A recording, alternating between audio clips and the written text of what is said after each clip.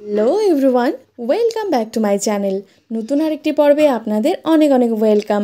এই পর্বে শেয়ার করেছি মোচার ঘন্ট। এই মোচার ঘন্ট বানানোর জন্য এখানে একটা মোচা নিয়েছি। মোচাগুলোকে খুব ভালো করে ছাড়িয়ে নিচ্ছি।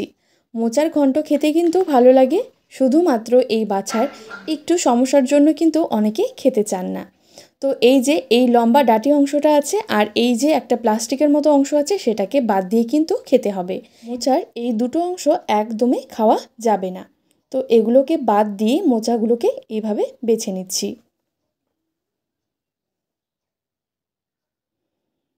সবগুলোকেই এইভাবে বেছে নিয়েছি। একটু সময় নিয়ে এই মোচাগুলোকে সবগুলোকে এখানে বেছে নিয়েছি।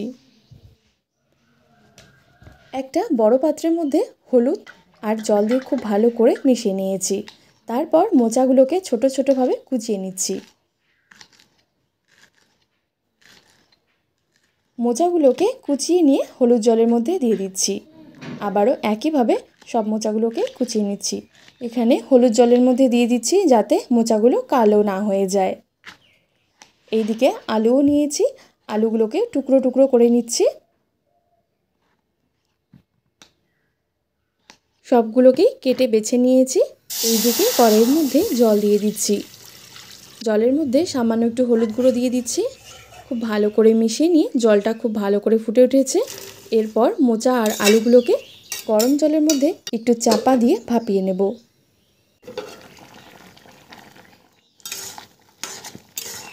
মোচা এবং আলু খুব ভালো করে এখানে ভাপিয়ে নিয়েছি, এটাকে জল ছাড়িয়ে নেব।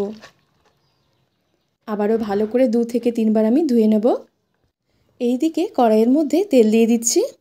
ফোড়নে দিয়ে দিচ্ছি একটা তেজপাতা আর দিয়ে দিচ্ছি একটা শুকনো লঙ্কা। দিয়ে দিচ্ছি সামান্য একটু গোটা জিরে। খুব ভালো করে ফোড়নটাকে একটু নাড়াচাড়া করে নিচ্ছি। এর মধ্যে কাঁচা লঙ্কা, পেঁয়াজ আর রসুন বেটে নিয়েছি, সেটা দিয়ে দিচ্ছি। দিয়ে দিচ্ছি হলুদ গুঁড়ো, জিরের গুঁড়ো, ধনের গুঁড়ো, দিয়ে দিচ্ছি লঙ্কার গুঁড়ো। খুব ভালো করে সব কিছুকে এবার মশলার সাথে কষিয়ে নেব। সামান্য পরিমাণে একটু জল দিয়ে দিচ্ছি যাতে মশলাটা খুব ভালো করে এখানে কষানো হয়ে যায়। মশলা ভালো করে কষিয়ে নিয়েছি। এরপর এর মধ্যে ভাপানো মোচা এবং আলু দিয়ে দিয়েছি। খুব ভালো করে এবার সব কিছুর সাথে কষিয়ে নেব। দিয়ে দিচ্ছি পরিমাণ মতো লবণ। ভালো করে এবার কষিয়ে নিচ্ছি। চাপা দিয়ে দিলাম। বেশ খানিকক্ষণ পর চাপা খুলে এখানে আবারও নাড়িয়ে নিচ্ছি।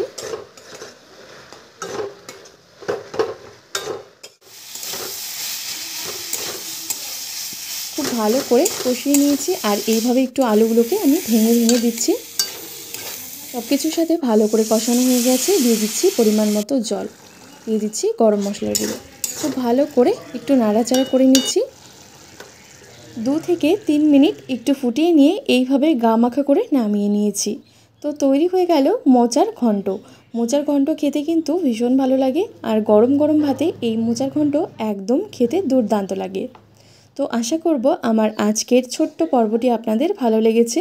ভালো লেগে থাকলে অবশ্যই একটি লাইক, শেয়ার এবং চ্যানেলটিকে সাবস্ক্রাইব করে রাখবেন। সবাই ভালো থাকবেন, সুস্থ থাকবেন। আবারও আসবো নতুন কোনো রেসিপি নিয়ে। ধন্যবাদ।